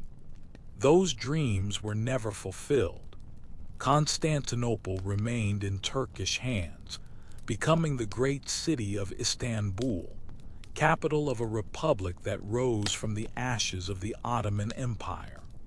But the memory of the Byzantine past persisted, kept alive by scholars and romantics, by Greeks who still felt the loss of their ancient capital, and by historians who recognized the importance of what had been lost. Today, Hagia Sophia still stands, its great dome still dominating the Istanbul skyline. It has been a church and a mosque and a museum, and now it is a mosque again, its complicated history a symbol of the complicated relationship between cultures and faiths that share this ancient land. Tourists from around the world come to see it, to stand beneath the dome and imagine what it was like when Justinian built it, when the last Byzantine emperor prayed beneath it, when Mehmed the Conqueror claimed it for Islam. The walls still stand too, or parts of them do, crumbling now and overgrown with vegetation, but still visible, still marking the boundary between what was inside and what was outside on that terrible morning more than 5 centuries ago. You can walk along them if you like, tracing the route that Constantine rode on the night before the assault, seeing the gates where the final battles were fought, imagining the sounds and smells and sights of the siege. And the books still exist, thousands of them, preserved in libraries across the world, their pages holding the accumulated wisdom of a civilization that no longer exists. Scholars still study them, still find new things in them, still marvel at the breadth and depth of Byzantine learning. The heritage that nearly perished in the flames of 1453 lives on, diminished but not destroyed, contributing to a conversation that stretches back to the dawn of literacy and forward to a future we cannot see. What can the fall of Constantinople teach us about navigating our own troubled times? The parallels are imperfect, of course. Every age is unique, and lessons from the past must always be adapted to the circumstances of the present. But some themes emerge from the story of the fall that seem relevant to challenges we face today. The first lesson concerns the danger of division in the face of existential threat. The Byzantines were divided, weakened by internal conflicts that prevented them from presenting a united front against the Ottoman advance. Religious disputes, political rivalries, and ethnic tensions all contributed to a fragmentation that made effective resistance impossible. We see similar dynamics in our own world, where divisions of ideology and identity prevent cooperation on challenges that threaten us all. Climate change, pandemic disease, nuclear proliferation. These are problems that require collective action, but collective action is difficult when trust has broken down and common purpose seems impossible to achieve. The Byzantine example suggests that such divisions can be fatal, that there are times when the luxury of internal conflict must give way to the necessity of united action. The second lesson concerns the importance of maintaining and transmitting cultural heritage. The Byzantines preserved the learning of antiquity through centuries of darkness, keeping alive traditions and texts that might otherwise have been lost forever. When their empire fell, this heritage was scattered but not destroyed, carried forward by refugees who found new homes and new audiences for their ancient wisdom. We live in an age of unprecedented access to information, when virtually all human knowledge is available at the touch of a button. But access is not the same as preservation, and preservation is not the same as understanding. The physical infrastructure that supports our digital world is vulnerable to disruption, and the skills needed to interpret the information we have accumulated may not always be maintained. The Byzantine example reminds us that cultural heritage requires active stewardship, that it cannot be taken for granted, and that its loss would be a catastrophe from which we might never fully recover. The third lesson concerns the relationship between technology and power. The Byzantines were masters of siege warfare, and their walls had withstood countless assaults over 1,000 years. But the technology of warfare had changed, and the great cannon that Mame deployed represented a new era in which fortifications that had once seemed impregnable could be reduced to rubble. The Byzantines failed to adapt quickly enough to this change, and they paid the ultimate price. We too live in an age of rapid technological change, when innovations can transform the balance of power almost overnight. Artificial intelligence, biotechnology, cyber warfare. All of these represent potential disruptions that could render existing strategies and structures obsolete. The Byzantine example suggests that technological complacency is dangerous, that capabilities that seem secure today may be vulnerable tomorrow, and that adaptation is essential for survival. The fourth lesson concerns the importance of leadership in times of crisis. Constantine the 11th was not a military genius or a diplomatic mastermind. He was an ordinary man thrust into extraordinary circumstances, doing his best with limited resources against overwhelming odds. But he led with courage and integrity, and his example inspired his followers to resist longer than anyone had thought possible. Leadership matters, perhaps more in times of crisis than at any other time. The quality of those who guide us through difficult periods can make the difference between survival and catastrophe, between a managed decline and a chaotic collapse. The Byzantine example suggests that we should choose our leaders carefully, looking not just for competence but also for character, for the qualities that will sustain them and us when the stakes are highest. The fifth and final lesson concerns the persistence of hope even in the darkest circumstances. The fall of Constantinople was a catastrophe, but it was not the end of the story. The Byzantine legacy survived, transformed and scattered but not destroyed. Let us rest now, letting the weight of centuries settle gently around us.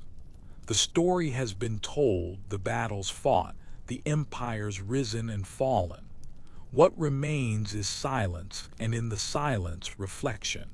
Think of all the people whose lives touched the story we have told. The soldiers on the walls, the women who carried water to them, the children who huddled in cellars as the cannon roared, the scholars who fled with their books, the priests who said the final prayers, the emperor who died defending his city. Each of them was as real as you are now, as full of hopes and fears, dreams and memories. Most of their names are lost to us. They lived and loved, worked and worried, and then they passed away, leaving little trace in the historical record. But they were there, they mattered, and the story of the fall of Constantinople is their story as much as it is the story of emperors and sultans. Think too of all the people who came after, who lived in the shadow of the fall. The refugees who built new lives in strange lands, the Greeks who preserved their language and their faith under foreign rule, the scholars who studied Byzantine manuscripts and marveled at what they found. Each generation received the legacy of the fallen city and passed it on, changed but not forgotten, to the generation that followed. And think of us, the inheritors of all this history, sitting or lying in the comfort of our homes, listening to a story about events that happened more than 500 years ago. We are connected to those events, whether we know it or not. The ideas we think, the institutions we inhabit, the very language we speak, all bear the marks of influences that trace back, in complex and indirect ways, to the Byzantine civilization that ended on that spring morning in 1453. This is what history means, not just a collection of facts about the past, but a living connection between generations. A conversation that stretches across the centuries. When we learn about the fall of Constantinople, we are not just accumulating information. We are participating in a tradition of remembrance that keeps the past alive and allows it to speak to the present. The silence deepens. The sounds of the modern world fade away, and for a moment, we can almost hear the echoes of that long-ago morning. The roar of cannon, the clash of steel, the cries of the wounded and the prayers of the faithful. And then beneath all that, a deeper silence, the silence of 1,000 years of history coming to an end. But silence is not emptiness. In the silence, something stirs. The memory of what was lost, the hope of what may yet be, the understanding that endings are also beginnings and that the story never truly ends. The fall of Constantinople was a catastrophe, but it was not the final word. The final word has not yet been spoken, and perhaps it never will be. And so we come to the end of our story, or at least to the end of this telling of it. The fall of Constantinople will continue to be studied and debated, remembered and mourned, as long as there are people who care about the past and what it means for the future. The city itself endures, though under a different name and in a different form. Istanbul is a great city today, one of the largest and most vibrant in the world, its streets thronged with people from every corner of the globe.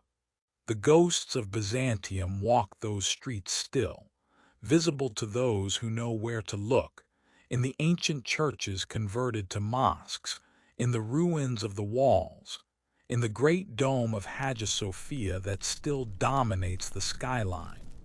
The descendants of those who fled the fall are scattered across the world. Some are in Greece, the nation that eventually won its independence and claimed the Byzantine heritage as its own. Others are in Italy, where their ancestors found refuge and helped spark the Renaissance. Still others are in America, Australia, wherever the Greek diaspora has carried them, preserving something of the language and traditions of a civilization that ended more than 5 centuries ago.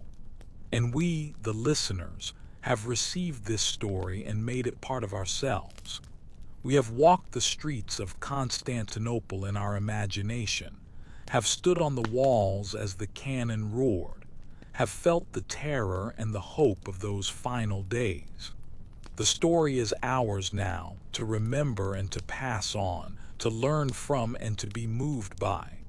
Sleep now, gentle listener. Let the images of Constantinople fade gently into dreams. The great dome of Hagia Sophia, floating above you like a second sky. The walls that stood for 1,000 years, crumbling now but still magnificent in their ruin. The emperor in his purple cloak, riding through the darkness to meet his fate. The refugees on their ships, watching their city burn as they sailed into an uncertain future. All of this is history, but history is not just the past. It is the foundation of the present, the context in which we live and make our choices.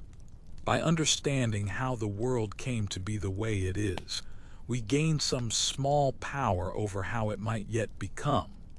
The fall of Constantinople was a tragedy, but it was not the end of the story.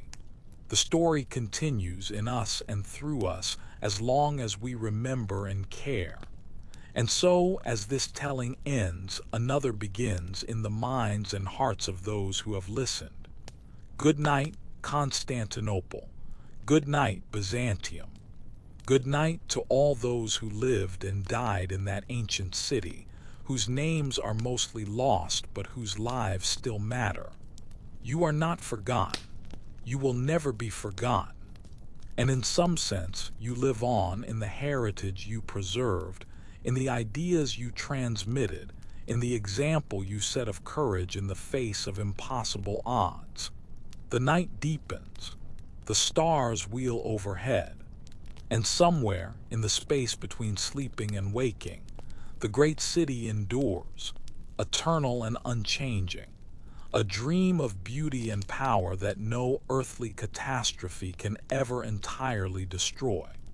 In the aftermath of the fall, a quiet revolution was taking place in the libraries and academies of Italy. The Byzantine scholars who had escaped the catastrophe were finding audiences eager to learn what they knew, and the knowledge they carried would transform European civilization. Consider the case of Demetrios Chalkokondyles, who fled Constantinople before the siege and eventually settled in Florence. He became one of the most sought-after teachers in Italy, instructing students in the Greek language and introducing them to texts they had never been able to read before. Among his students were some of the greatest humanists of the age, men who would go on to shape the intellectual culture of Renaissance Europe. Chalkokondyles taught from manuscripts that he and other refugees had carried with them, precious books that represented centuries of Byzantine scholarship. His students learned to read Homer in the original Greek, to grapple with Plato's dialogues without the mediation of translation, to appreciate the nuances of Aristotle's arguments as Aristotle himself had expressed them. The impact of this teaching was profound. Before the Byzantine refugees arrived, knowledge of Greek in Western Europe had been rare and imperfect. Scholars relied on Latin translations of classical texts, many of which had been made centuries earlier and contained errors and omissions. The refugees brought not just books, but also the skills to read them properly, the traditions of interpretation that had been developed over generations in Byzantine schools. The printing press, which had been invented in Germany around the time of the fall, amplified this impact enormously. Byzantine manuscripts were used as the basis for printed editions that could be produced in hundreds or thousands of copies, reaching audiences that no hand-copied book could have touched. Within decades of the fall, the major works of classical Greek literature were available in print, accessible to anyone with the education to read them. This flood of classical learning transformed every field of intellectual endeavor. Philosophers re-examined their assumptions in light of Plato's dialogues and Aristotle's treatises. Scientists built on the foundations of Greek mathematics and astronomy. Physicians studied the works of Hippocrates and Galen, finding in them knowledge that had been lost or corrupted in the medieval West. The arts were transformed as well. Byzantine artistic traditions influenced Italian painters who were developing the techniques of the Renaissance. The use of gold backgrounds, the stylization of figures, the representation of sacred subjects, all of these showed the marks of Byzantine influence. Even as artists moved beyond these conventions, they carried with them something of the Byzantine aesthetic, a sense of the sacred and the timeless that can still be felt in the masterpieces of the period. Architecture, too, felt the impact. The Great Dome of Hagia Sophia, which many Western travelers had seen and marveled at, inspired architects who were working on new churches and public buildings. Brunelleschi's dome for the Cathedral of Florence, completed just before the fall of Constantinople, showed clear influences from Byzantine models. Later architects would continue to draw on this heritage, creating buildings that carried forward something of the grandeur that had characterized the Byzantine capital. The legacy extended beyond the purely intellectual and artistic. Byzantine legal scholarship influenced the development of law in Western Europe, as scholars studied the Justinian Code and incorporated its principles into new legal systems. Byzantine diplomatic practices shaped the emerging conventions of international relations, teaching Western rulers how to manage complex relationships with foreign powers. All of this happened gradually, over generations, as the immediate shock of the fall gave way to a longer process of cultural transmission. The refugees who had fled with their books and their knowledge grew old and died, but their students carried on, teaching new generations and producing new scholarship. The thread of Byzantine learning was woven into the fabric of European culture, becoming so integral that its origins were often forgotten. The fall of Constantinople cast a long shadow over the centuries that followed.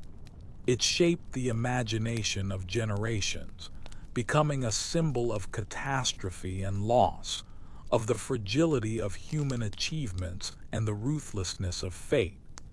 For the Greeks, the fall was a national trauma that would not heal for centuries. The dream of recovering Constantinople, the great idea as it came to be called, animated Greek politics well into the 20th century. Greek nationalists saw themselves as the heirs of Byzantium, destined to restore the glory that had been lost. This dream led to wars and disasters of its own, culminating in the catastrophe of 1922, when Greek forces were expelled from Anatolia, and hundreds of thousands of refugees fled to Greece. For the Orthodox Church, the fall marked the beginning of a long period of diminished status and limited freedom. The ecumenical patriarchate remained in Constantinople, tolerated by the Ottoman authorities, but stripped of much of its former power and prestige. The center of Orthodox Christianity shifted gradually northward to Moscow and the Russian Empire, where a new vision of holy kingship was developing. For Western Europe, the fall was a warning and a challenge. The Ottoman advance continued after Constantinople, pushing into the Balkans and eventually threatening Vienna itself. European powers organized crusades and coalitions to stem the tide, with varying degrees of success. The fear of the Turk became a pervasive theme in European culture, shaping attitudes toward Islam and the East that persist in some forms even today. For the Ottomans, the conquest of Constantinople was the crowning achievement of their empire, the prize that made them a world power. Mehmed the Conqueror, as he came to be known, went on to further conquests, extending Ottoman rule across the Balkans and into Anatolia. His successors would build an empire that lasted until the 20th century, one of the longest-lived and most successful empires in history. The city itself was transformed. Istanbul under the Ottomans became a great Islamic metropolis, its skyline punctuated by minarets, its streets filled with the sounds of the call to prayer. The Byzantine heritage was never entirely erased, but it was overlaid with a new Ottoman identity that became dominant. Churches were converted to mosques, palaces were replaced by new constructions, and the population became predominantly Muslim over the course of generations. Yet something of Constantinople survived beneath the surface of Istanbul. The geography remained the same, the hills and the harbors, the strait and the sea. The foundations of Byzantine buildings supported Ottoman structures, and occasionally fragments of the earlier city emerged during construction or excavation. The ghosts of Byzantium haunted the living city, visible to those who knew where to look. Travelers from Western Europe who visited Istanbul in the centuries after the conquest often remarked on the traces of the Byzantine past that were still visible. They sketched the ruins of ancient churches, collected fragments of mosaics and inscriptions, and tried to imagine what the city had been like before the fall. Their accounts and drawings became valuable sources for later historians, preserving evidence that would otherwise have been lost. In the 19th and 20th centuries, scholarly interest in Byzantine civilization grew significantly. Historians recognized that the Byzantines had played a crucial role in preserving classical culture and in shaping the development of medieval Europe. New research revealed the sophistication and complexity of Byzantine society, correcting earlier stereotypes of a decadent and stagnant empire. Today, Byzantine studies is a thriving field, with scholars around the world working to understand this fascinating civilization. Manuscripts that were once treasured secrets are now available in digital form, accessible to anyone with an internet connection. The art and architecture of Byzantium is exhibited in museums and studied in universities. The legacy of the fall continues to resonate, a reminder of both tragedy and endurance. Amid all the grand themes of empire and civilization, it is easy to lose sight of the human dimension of the fall. But the fall was experienced by individuals, each with their own story, their own hopes and fears, their own unique perspective on the events that were unfolding around them. Imagine a merchant named Theophilos, who has lived his entire life in Constantinople. His family has been in the silk trade for generations, buying raw material from merchants who bring it from the East and selling finished cloth to customers across the Mediterranean world. He knows every street and alley of his city, every church and market, every face in his neighborhood. When the siege begins, Theophilos is terrified but also hopeful. The walls have never been breached, and surely they will hold again. He continues his business as best he can, though customers are scarce and supplies are running low.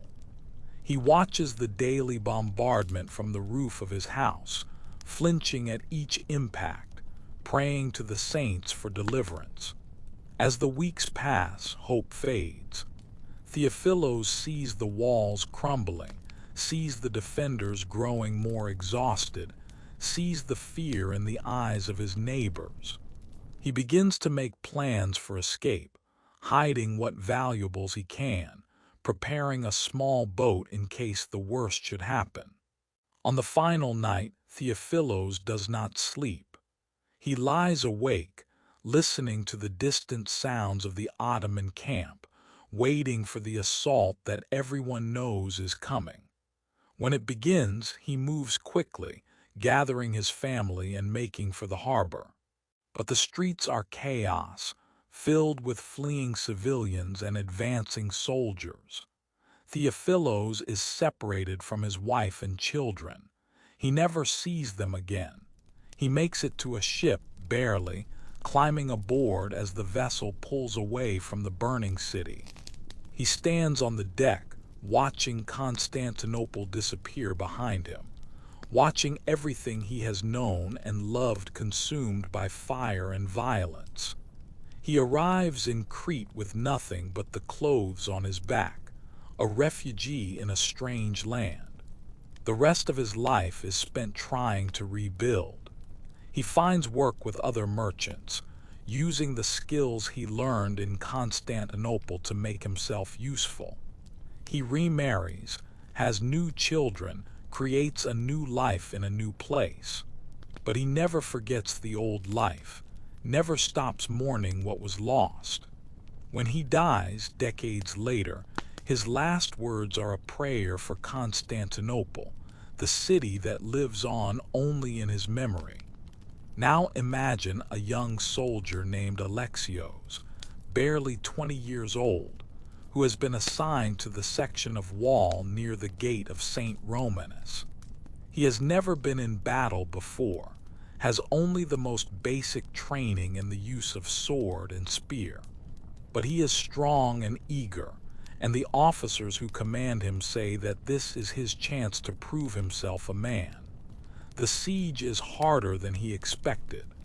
The noise of the bombardment, the dust and the stench, the constant fear that the next stone will be the one that kills him.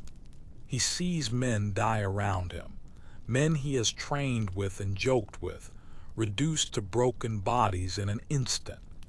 He learns to snatch sleep when he can, to eat whatever is available, to keep his weapon ready at all times.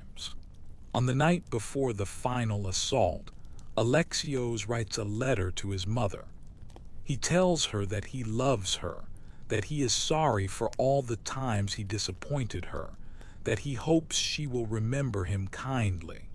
He gives the letter to a priest, asking him to deliver it if he can.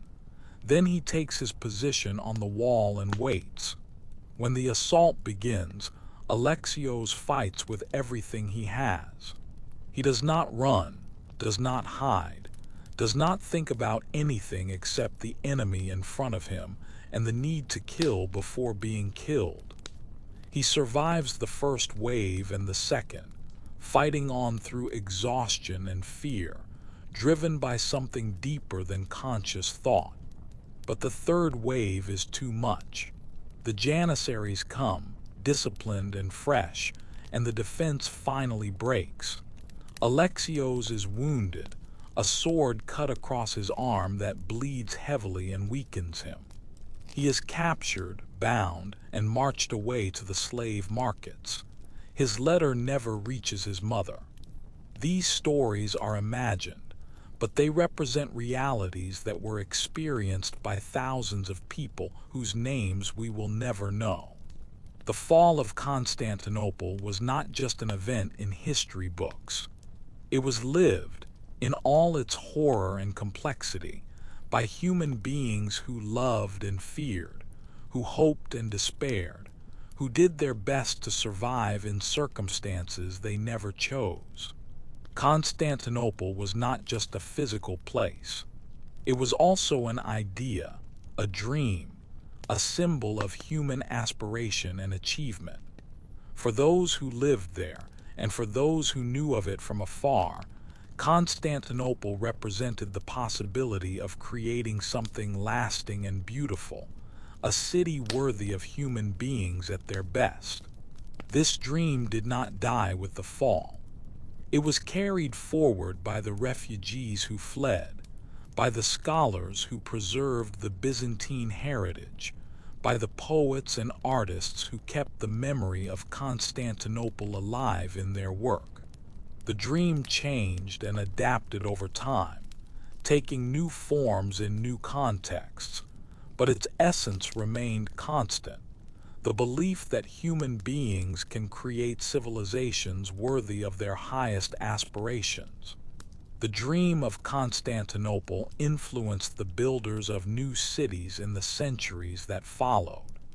When Peter the Great founded St. Petersburg, he was consciously trying to create a new Constantinople, a city that would be the window through which Russia looked out on Europe. When the architects of Washington laid out the American capital, they drew on classical models that had been preserved and transmitted by Byzantine scholars. The dream influenced artists and writers who had never seen Constantinople, but who felt its pull through the works of those who had known it. The Byzantine mosaics that survive in Ravenna and Sicily inspired generations of painters who sought to capture something of their otherworldly beauty. The poetry of Constantine Cavafy, writing in 20th century Alexandria, returned again and again to Byzantine themes, finding in the history of the fallen empire reflections of his own experience of loss and longing. The dream persists even today, in the work of historians who study Byzantine civilization, in the art of icon painters who maintain the traditions of Byzantine religious art, in the liturgy of Orthodox churches that continues to be celebrated in Greek and other languages that descend from the tongue spoken in Constantinople.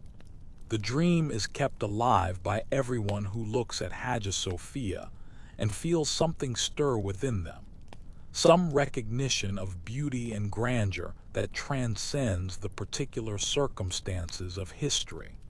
Constantinople as it actually existed was imperfect, like all human creations. Its streets were often dirty, its politics were frequently corrupt, and its people were capable of the same cruelties and follies as people anywhere. But Constantinople as a dream, as an ideal, as a symbol of what humanity might achieve, remains powerful and inspiring. This is perhaps the most important lesson of the fall. Cities can be conquered, empires can collapse, but dreams endure. The dream of Constantinople, the dream of a city of wisdom and beauty, of learning and faith, of art and commerce, this dream cannot be destroyed by cannon fire or military assault. It lives on in the hearts and minds of those who remember, and it calls us forward toward futures we have not yet imagined. Sleep now, listener, as empires sleep. The Byzantine Empire has passed into history, but history is not oblivion. It is a kind of dreaming, a realm where the past lives on in new forms, transformed but not forgotten. Dream of golden domes and soaring arches, of light streaming through windows of colored glass. Dream of scholars bent over ancient manuscripts, of priests chanting prayers that have been said for 1,000 years. Dream of markets filled with goods from every corner of the world, of ships arriving and departing on waters that sparkle in the sunlight.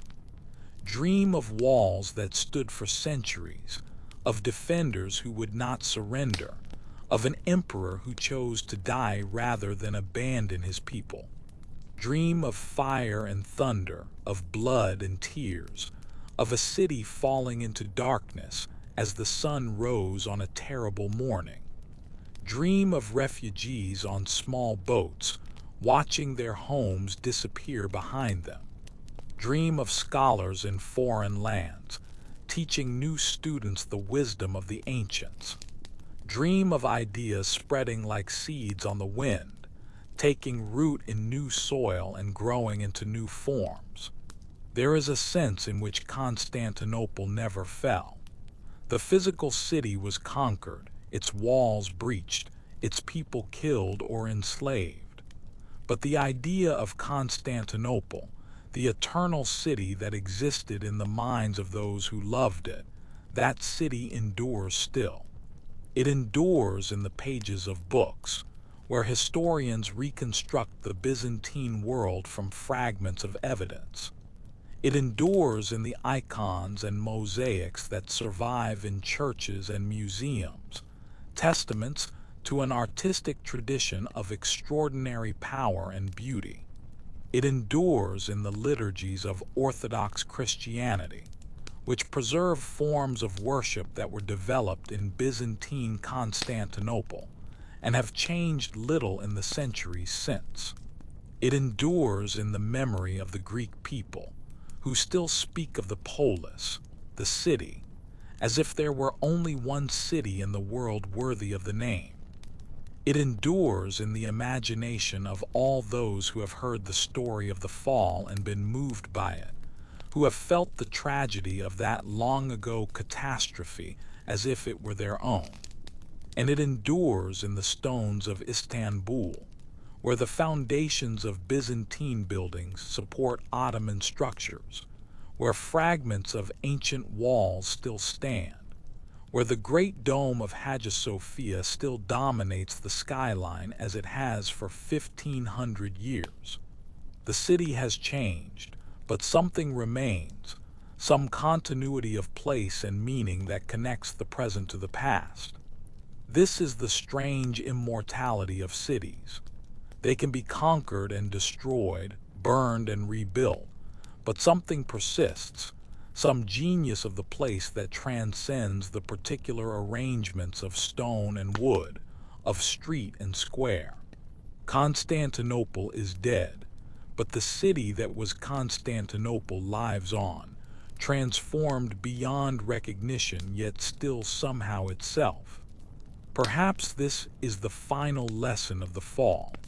Nothing lasts forever in its original form, but nothing is entirely lost either. The Byzantine Empire is gone, but its legacy persists in ways that its people could never have imagined. The city they built was destroyed, but the dream they dreamed continues to inspire. The story they lived became history, and history became the foundation for new stories that will be told as long as human beings gather to remember the past. The night is nearly over. In the eastern sky, the first faint light of dawn is appearing, the same light that appeared on May 29th, 1453, when the last defenders of Constantinople saw the day that would be their last. But every dawn is also a new beginning, and the light that revealed the fall of the city also revealed the start of a new chapter in the eternal human story. Wake gently, listener, when the time comes. Carry with you something of what you have heard, some image or idea or emotion that has found a home in your mind. The fall of Constantinople is part of your heritage now, part of the vast tapestry of human experience that stretches from the beginning of recorded time to this very moment. And know that the story is not over. It continues in you, in everyone who hears it and is changed by it, in all the futures that will grow from this shared past. Constantinople fell, but the dream of Constantinople endures. And as long as there are dreamers, the dream will never die. More than 570 years have passed since the fall of Constantinople. The world has been transformed almost beyond recognition. Technologies that would have seemed magical to the defenders of the walls are now part of everyday life. Ideas that had not yet been conceived have become the foundation of new civilizations. The map of the world has been redrawn again and again, yet the fall of Constantinople still resonates. Each year on May 29th, Greek Orthodox communities around the world hold memorial services for the fallen city and its last defenders. Historians continue to study the siege, finding new perspectives and new questions in sources that have been examined for centuries. Writers and filmmakers return to the story again and again, finding in it themes that speak to contemporary concerns. The city that was Constantinople has become Istanbul, one of the great metropolises of the modern world. Its population exceeds 15 million, dwarfing anything that existed in the Byzantine or early Ottoman periods. Its skyline is a mixture of ancient and modern, minarets and skyscrapers rising side by side. Hagia Sophia still stands, though its status has changed with the politics of the moment. For centuries a mosque, it was converted to a museum in 1934, part of the secular reforms of the new Turkish Republic. In 2020, it was reconverted to a mosque, a decision that provoked controversy around the world. Whatever its official designation, the building remains a testament to human creativity and aspiration, a monument that transcends the particular faiths and empires that have claimed it.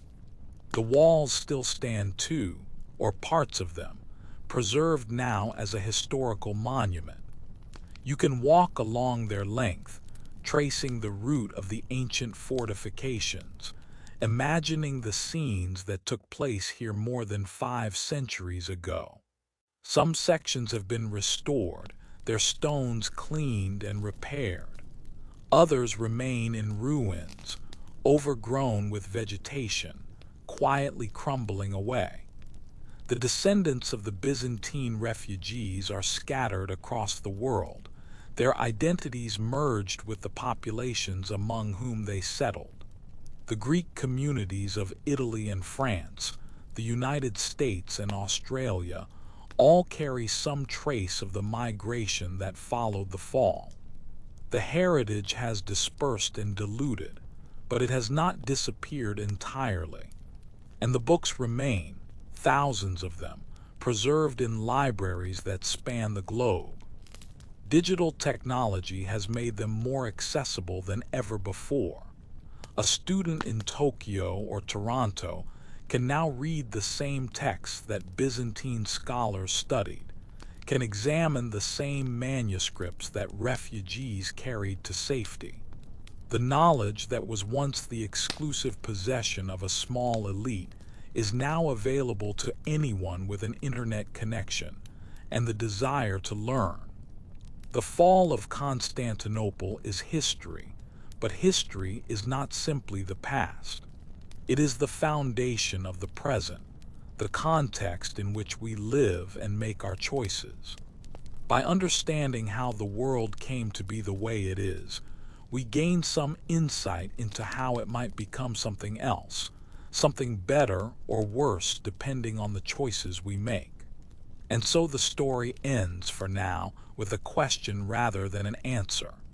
What will we do with the heritage we have received? What will we preserve and what will we transform? What dreams will we dream and what cities will we build? The fall of Constantinople poses these questions to every generation, and every generation must answer them anew. Good night, listener. May the memory